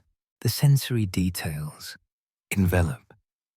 The jab of a stem on your elbow, the building compression under your weight, the faint moldy whiff that clings like a foggy memory, lulling the mind toward an encrusted repose where boundaries between rest and restlessness blur. You sense the fatigue deepening, the straw's weight, a gentle cradle that eases the night's tyranny despite the itches, the mattress, a triumph of adaptation over aspiration. Historians note how bedding materials varied by region, with rushes in wetter areas for better drainage. But for you, it's instinct, a nightly surrender that weaves protection through every crunchy fiber. The fringe charm lies in those herbal infusions, like adding rosemary for supposed dream enhancement, botanical bedtime stories, perhaps warding off nightmares, or just masking the flea fiesta. You let go further, the debate on sleep quality fading like scattered stalks as the cushion simmers on, guiding the tale through its tender, poky folds. You nestle deeper, the mattress's lumps a soothing irregularity, the family's shifts syncing with yours, the winter outside a subdued murmur against your organic fortress. The story glides onward, words like dry rushes settling over the mind, illuminating the resilient weave that defines this frozen resourcefulness. You smile faintly at the quirks, like finding a forgotten herb sprig in the stuffing, bonus flavor for dreams, or accidental seasoning for breakfast if it migrates. The misery becomes less a torment and more a haven. Its press a comforting weight that whispers of endurance through unyielding makeshift. You feel sleep claiming the edges, the lumpy ensemble a soft guardian that holds the cold at bay despite the fleas, the hut alive with the quiet power of layered persistence. The script murmurs forward, each phrase a gentle jab, weaving the narrative's warmth into your thoughts as the night unfolds its crunchy layers. The straw settles, its misery a distant hum against the building repose, turning the pile into a sanctuary where survival feels like a well-earned embrace under the bedding's prickly veil. You press a wad of damp moss into a gap in the wall, your fingers gritty with mud as the cold seeps through the flimsy barrier. the wind outside probing like a nosy neighbor who never knocks, sneaking through every crack to remind you that winter plays dirty. The walls of your hut, a patchwork of wattle and daub, sag under the weight of snow and time, their woven sticks and smeared mud barely holding back the elements, each new gust exposing weaknesses you race to patch before the chill turns your breath into icy clouds indoors. You work quickly in the dim light of the banked fire, stuffing rags, straw, and even clumps of animal hair into the crevices, the texture rough against your skin, leaving a faint earthy residue that smells of wet fields and desperation. The air inside hums with the scent of damp wood and smoke, a heavy fog that clings to your cloak as you move, each sealed gap a small victory in a battle where the enemy never sleeps, turning your home into a fortress, stitched together with whatever the land offers. You step back to check your work, the wall now a mottled canvas of greens and browns, like some avant-garde tapestry nobody asked for, but it holds, muting the wind's whistle to a sullen murmur that can't quite breach your defenses. You know it's temporary. Tomorrow's storm might open new holes, and the thatch above leaks like a sieve when the snow melts. But for now, you've bought a reprieve. You joke to yourself that it's like decorating for winter's worst party. Guests include drafts, leaks, and the occasional squirrel dropping in uninvited through the roof. Mainstream history notes that medieval peasant homes were often repaired annually, with manorial records showing communal efforts to redaub walls before winter, using local materials like clay and straw to reinforce structures against the season's wrath. You grab another handful of straw from the pile near the door, packing it tight into a low crack where the cold slinks in like a thief, your hands raw from the rough fibers, but steady with purpose.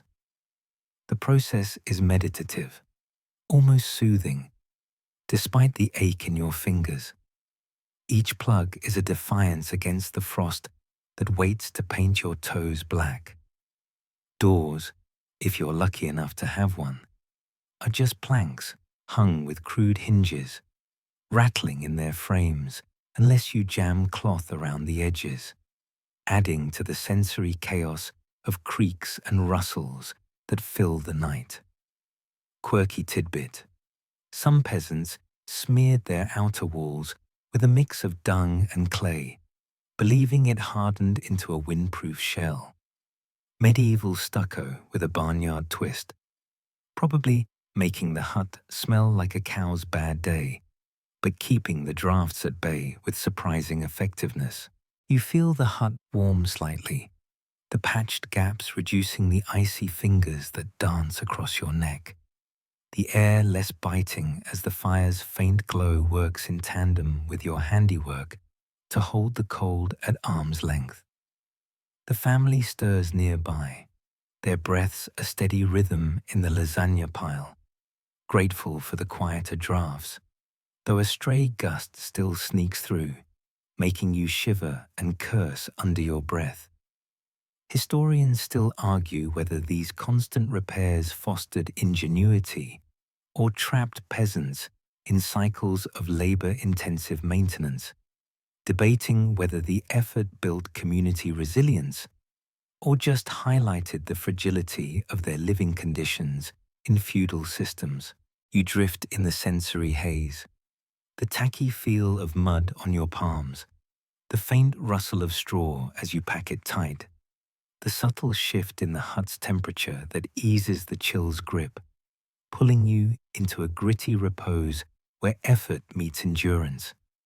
You ponder the relentless cycle of it all, how every season demands this ritual of sealing and stuffing, turning your home into a living project that fights back against nature's tantrums. The roof's thatch, patched with spare reeds or even clumps of turf in desperate moments, sags like a tired warrior, but you reinforce it with whatever's at hand, knowing a collapse could bury you in snow mid-sleep. A light aside, if you could bottle this hustle, you'd sell it as medieval home repair energy drink. Chugs of mud, straw, and sheer stubbornness. No caffeine needed. The livestock nearby grumbles. Their warmth a callback to the communal pile.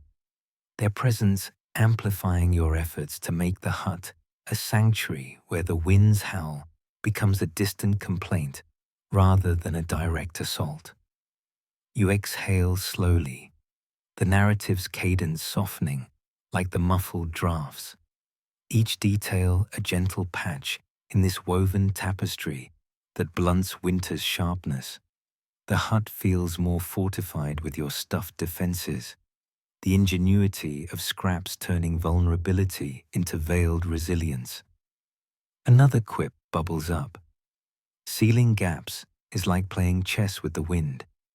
Every move counters its sneaky gambits, but it's always plotting a comeback. The sensory details envelop. The sticky cling of moss on your fingers. The building warmth behind the patched walls. The faint earthy whiff that blends with smoke, lulling the mind toward a sealed repose where boundaries between effort and rest blur. You sense the fatigue deepening, the patch's weight, a gentle cradle that eases the night's tyranny, the strategy of scraps turning exposure into guarded strength. Historians note how such repairs were communal in many villages, but for you, it's personal, a nightly task that weaves protection through every stuffed crevice. The fringe charm lies in those desperate additions, like using boiled animal glue to seal hides over window holes. Sticky, smelly, but a draft's worst nightmare, turning gaps into gluey graves.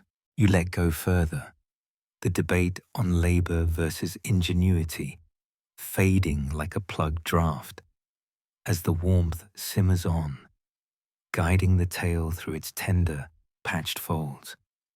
You nestle deeper into the pile, the sealed walls a soothing barrier, the family's breaths syncing with yours, the winter outside a subdued murmur against your fortified fortress.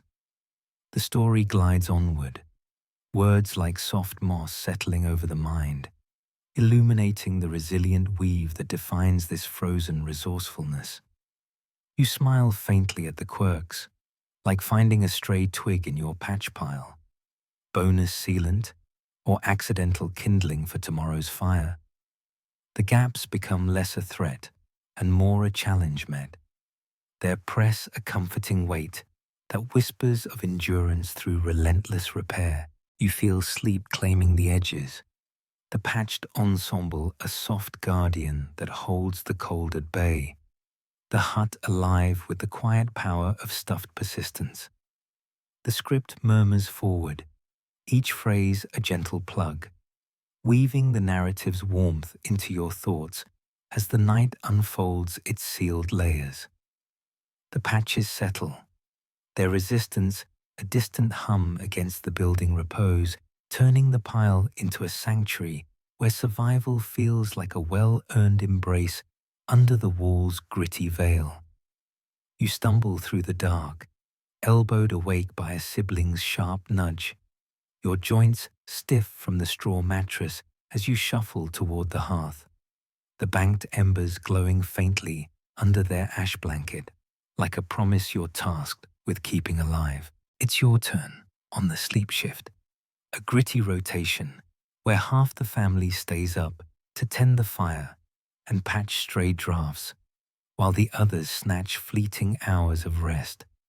A system born of necessity when the cold turns nights into survival marathons. You poke the coals gently, coaxing a spark with a dry twig, the faint crackle cutting through the hut's quiet, where the only other sounds are the wind's distant howl and the soft snores of those lucky enough to be curled in the lasagna pile. The air smells of cooled smoke and damp straw, the chill nipping at your fingers as you work. Each movement a deliberate act to keep the fire from dying, because restarting it in this freeze is like begging a stubborn mule to dance. Possible, but it'll cost you hours and frost-nipped toes. You settle by the hearth, knees drawn up, eyes squinting through the haze as you add kindling, the flames flaring briefly to warm your face before settling back into a steady glow. This isn't a cozy vigil with hot drinks and snacks. It's a bleary-eyed battle against exhaustion, where the fire demands constant attention, like a needy toddler who might throw a tantrum if ignored. You joke to yourself that it's like babysitting a dragon. Keep it fed, or it'll burn out and leave you in the cold, literally. Mainstream history confirms that sleep shifts were common in medieval peasant households, especially in Northern Europe, where long winters and limited fuel made fire maintenance a communal duty, as noted in village records detailing shared labor to ensure survival through brutal seasons. You glance at the sleeping pile where a child stirs, mumbling about the cold, and you stuff a rag into a new draft sneaking through the doorframe, the cloth damp from earlier leaks but effective enough to muffle the breeze. The shifts aren't glamorous. Stiff limbs, heavy eyelids, and the occasional goat bleating in your ear make it a test of endurance. But it's non-negotiable. If the fire dies, the hut becomes an icebox, and you've seen what happens when hypothermia creeps in, claiming the week before dawn can break. Quirky tidbit. Some families mark their shift takers with a special stick passed like a baton. A quirky tradition that turns sleepless nights into a ceremonial relay race. Winner gets to not freeze. Loser gets to curse the cold while striking flint in the dark. You feel the hearth's warmth pulse faintly, a fragile lifeline that keeps the hut's heart beating, the air less biting as you feed the flames with care, each stick placed like a prayer for morning's arrival. The family's breaths sink in the background, a reminder of why you're awake, the livestock's soft rustles adding to the rhythm that holds the cold at bay. Historians still argue whether sleep shifts built stronger communal bonds through shared sacrifice or frayed nerves with sleepless resentment, debating if the system was a triumph of cooperation or a grim necessity that strained family ties. You drift in the sensory haze, the faint heat on your cheeks, the gritty ash under your nails, the subtle crackle that lulls you even as you fight to stay awake, pulling you into a weary repose where duty meets drowsiness. You ponder the rhythm of it all, how the shifts weave a thread of vigilance through the night, each poke at the embers a defiance against the frost that waits to claim any lapse. The hut feels alive with purpose, the fire's glow a callback to the banked artistry that preserves hope under ash, its maintenance a group effort that binds you tighter than any rope. A light aside, if sleep shifts were a modern job, the listing would read, Night Fire Warden, must love smoke, hate sleep, and tolerate grumpy goats. Apply within, warm toes, negotiable. The livestock's warmth, nearby, reinforces your task, their bulk a natural heater that amplifies your efforts, though a pig's sudden snort might jolt you from nodding off. A furry alarm clock with no snooze button. You exhale slowly, the narrative's cadence softening like the fire's gentle pop, each detail a tender ember in this vigilant tapestry that blunts winter's edge. The hut feels more secure with your watchful defenses, the strategy of shifts turning sleeplessness into veiled resilience. Another quip bubbles up. Tending the fire is like dating, constant attention, occasional sparks, and if you neglect it, you're left cold and cursing in the dark. The sensory details envelop, the faint warmth on your hands, the crackle of reviving flames, the smoky tang that clings to your cloak, lulling the mind toward a flickering repose where boundaries between wake and sleep blur. You sense the fatigue deepening, the shift's weight a gentle cradle that eases the night's tyranny, despite the ache, the fire's care a triumph of persistence over exhaustion. Historians note how such practices echoed across cultures, but for you, it's instinct, a nightly ritual that weaves protection through every poke and prod. The fringe charm lies in those small rituals, like whispering to the embers for luck, folklore flair that might coax a spark, or just keep you awake with hope. You let go further, the debate on communal impact fading like dying coals as the warmth simmers on, guiding the tale through its tender, glowing folds. You settle closer to the hearth, the fire's pulse a soothing rhythm, the family's breaths syncing with yours, the winter outside a subdued murmur against your vigilant fortress. The story glides onward, words like soft sparks settling over the mind, illuminating the resilient watch that defines this frozen endurance. You smile faintly at the quirks, like passing the shift stick like a sacred scepter. Bonus points if it doubles as kindling by morning. The shift becomes less a burden and more a haven, its press a comforting weight that whispers of endurance through relentless care. You feel sleep tugging at the edges, the fire's glow a soft guardian that holds the cold at bay, the hut alive with the quiet power of watchful persistence. The script murmurs forward, each phrase a gentle flicker, weaving the narrative's warmth into your thoughts as the night unfolds its vigilant layers.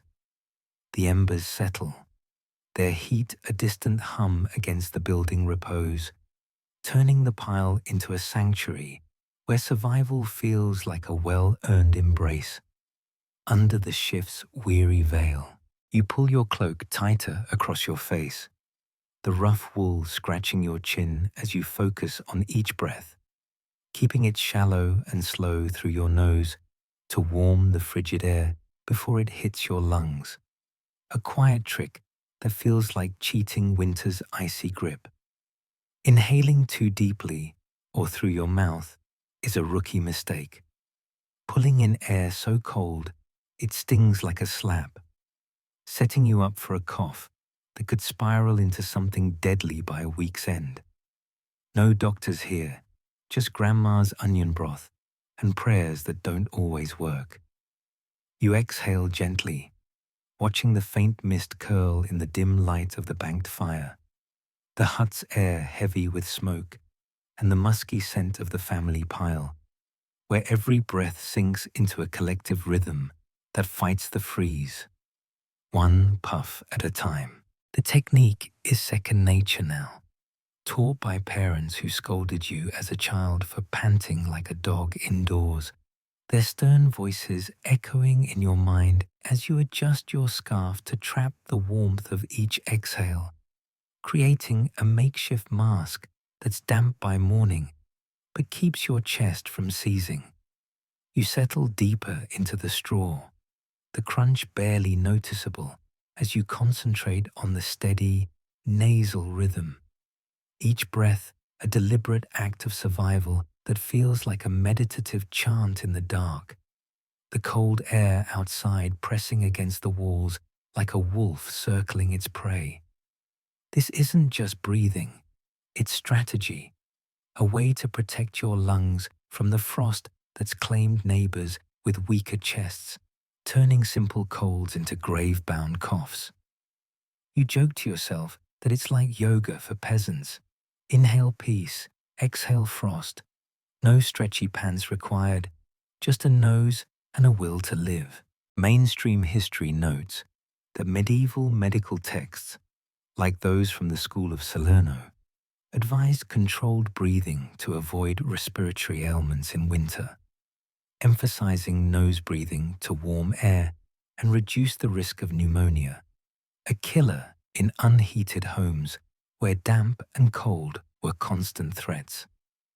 You adjust your position, careful not to disturb the sleeping pile, the scarf's damp edge clinging to your lips as you inhale the faint woolly scent mixed with the hut's smoky tang, a sensory cocoon that grounds you in the moment. The trick isn't foolproof. A careless yawn can still let in a blast of icy air, leaving you hacking and cursing your lapse. But it's better than the alternative, coughing up what feels like your soul, while the family frets helplessly. Children learn this early, mimicking your steady breaths, their small faces tucked into rags to mirror your technique, a silent lesson passed through the night's chill. Quirky tidbit: some peasants tied cloth strips under their noses, believing it filtered out evil airs thought to carry illness. Early face masks, less about science and more about hope, though they likely caught more snot than spirits, adding a soggy charm to the night's survival. You feel the air warm slightly as it passes through your nose, the rhythm calming your pulse, the hut's quiet amplifying the soft hiss of each exhale, like a whispered secret shared with the dark. The family's breaths weave around you, a chorus of survival that bolsters your own. The livestock snuffles adding a bass note to the symphony that keeps the cold at bay. Historians still argue whether these breathing techniques were deliberate health practices or instinctual responses to harsh conditions, debating whether they reduced mortality or merely delayed the inevitable in disease-prone winters. You drift in the sensory haze, the tickle of wool against your face, the faint warmth of trapped breath, the subtle shift in your chest's ease, pulling you into a rhythmic repose where the act of breathing becomes a quiet rebellion against the freeze. You ponder the simplicity of it, how something as basic as breath becomes a weapon, each inhale a calculated move to outwit the cold that waits to claw at your lungs. The scarf, now a damp ally, clings like a second skin, its texture a reminder of the layered armor you've built. Grime, wool, and now breath itself, all callbacks to the hut's patched walls and communal pile that turn vulnerability into strength. A lighter side: if breathing were an Olympic sport, you'd medal in frostbite avoidance. Gold for style, silver for not sneezing on the goat next to you. The livestock's warmth nearby reinforces your focus, their steamy exhales mirroring your own, a shared strategy that makes the hut feel like a living bellows, pumping warmth against the night's assault. You exhale slowly, the narrative's cadence softening like the muffled breath through your scarf. Each detail a gentle puff in this airy tapestry that blunts winter's sharpness. The hut feels more fortified with your controlled defenses, the ingenuity of breath turning exposure into veiled resilience. Another quip bubbles up. Nose breathing is like sipping tea through a straw. Slow, deliberate, and you spill less warmth. Though the damp scarf's no Earl Grey, the sensory details envelop, the cling of fabric on your lips, the building ease in your lungs, the faint smoky whiff that blends with wool, lulling the mind toward a rhythmic repose where boundaries between air and survival blur. You sense the fatigue deepening, the breath's rhythm a gentle cradle that eases the night's tyranny, the strategy of control turning vulnerability into guarded strength. Historians note how such practices persisted in oral traditions. But for you, it's instinct, a nightly ritual that weaves protection through every measured inhale. The fringe charm lies in those cloth strips, sometimes sprinkled with herbs for supposed purification. Medieval air fresheners, adding a minty myth to the damp reality. You let go further, the debate on health benefits fading like exhaled mist as the warmth simmers on, guiding the tale through its tender, airy folds. You nestle deeper into the pile, the scarf's damp press a soothing barrier, the family's breaths sinking with yours, the winter outside a subdued murmur against your controlled fortress.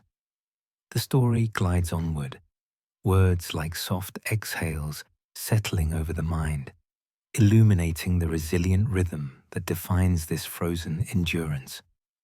You smile faintly at the quirks, like waking with a scarf frozen to your chin.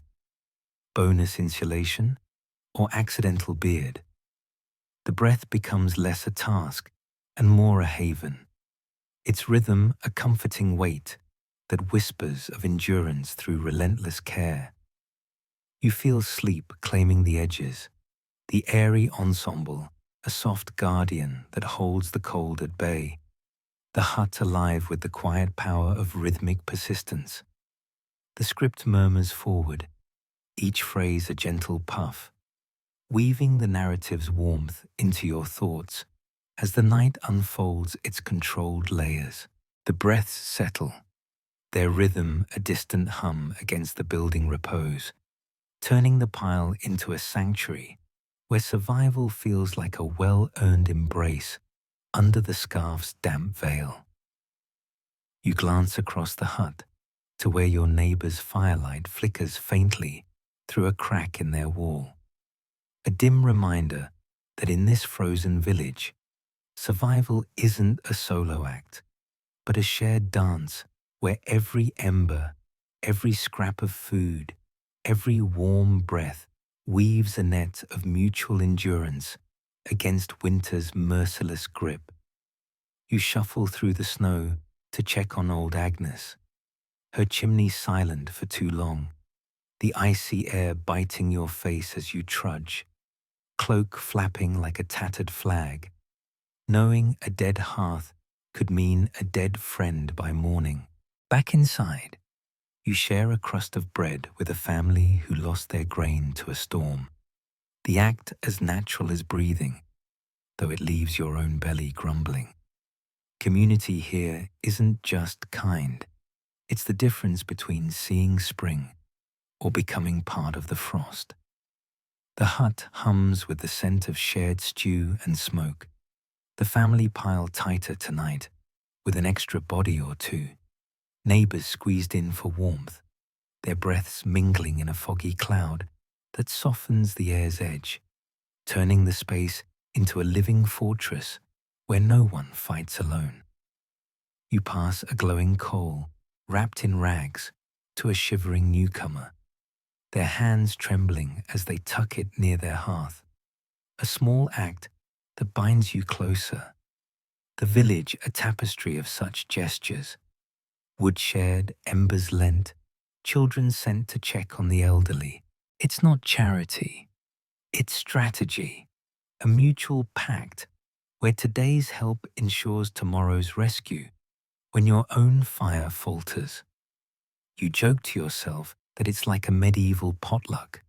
Bring a log, get a warm spot, but forget the RSVP, because winter doesn't wait for invitations.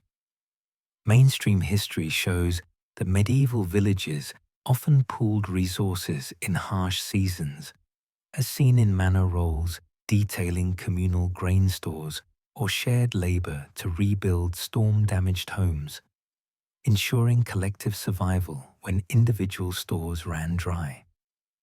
You feel the hut's warmth deepen with the extra bodies, the lasagna pile a chaotic but vital blend of kin and neighbors, their shared heat a bulwark against the blizzard howling outside. The wind's roar dulled by the village's unspoken vow to keep each other breathing. A child from next door curls close, their small form adding to the pile's furnace, while you overhear whispers of who's coughing too hard or whose roof needs patching come daylight. The livestock grumbles nearby, their warmth a callback to earlier strategies, amplifying the communal cocoon that makes the hut feel less like a flimsy shelter and more like a heartbeat of resilience.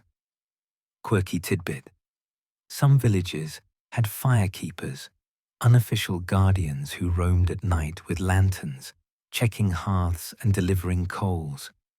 Medieval pizza delivery, but with embers instead of pepperoni, ensuring no one froze for want of a spark. You settle back, the narrative's rhythm slowing, the sensory haze of smoke, wool, and shared breath wrapping you like a worn blanket. Each detail a gentle thread in this village tapestry that blunts winter's blade. The community's strength lies in its quiet acts, passing a turnip, mending a neighbor's wall, singing a lullaby to a frightened child. Small stitches that hold the fabric of survival together. Historians still argue whether such communal reliance fostered lasting social bonds or masked tensions over scarce resources, debating if it built enduring villages or just delayed feuds until spring's thaw. A light aside, if villages were modern startups, they'd pitch crowd-warmed survival, invest in a neighbor, get a warm hug back, no venture capital needed. The sensory details envelop the press of a neighbor's cloak, the faint glow of borrowed embers, the earthy tang of shared stew, lulling your mind toward a communal repose where boundaries between self and village blur. As the night deepens, the story softens, its cadence a gentle hum, like the wind now distant, no longer a threat, but a whisper against the walls you've all patched together.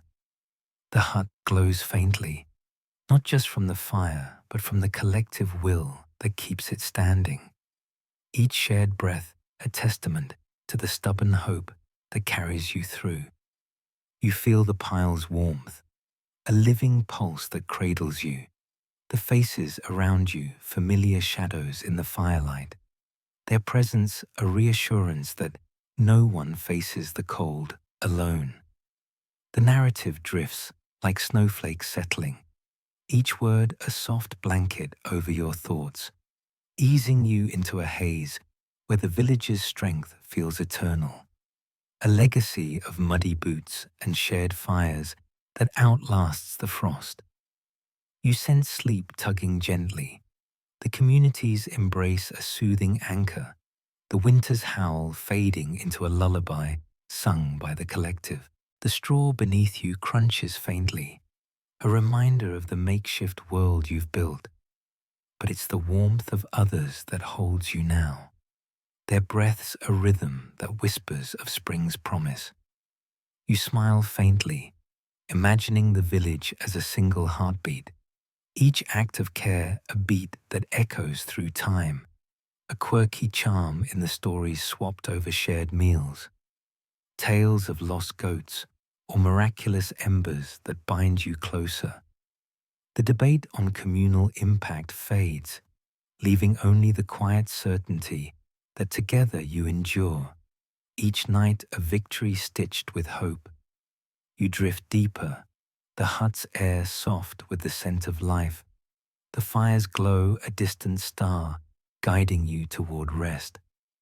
The story weaves its final threads, slow and tender, wrapping your mind in the village's warmth, where survival is a shared dream, whispered under the thatch. The cold retreats, a muted echo as you sink into the pile, the world beyond the walls a gentle blur, the narrative fading into a whisper of resilience that carries you toward dawn's soft light.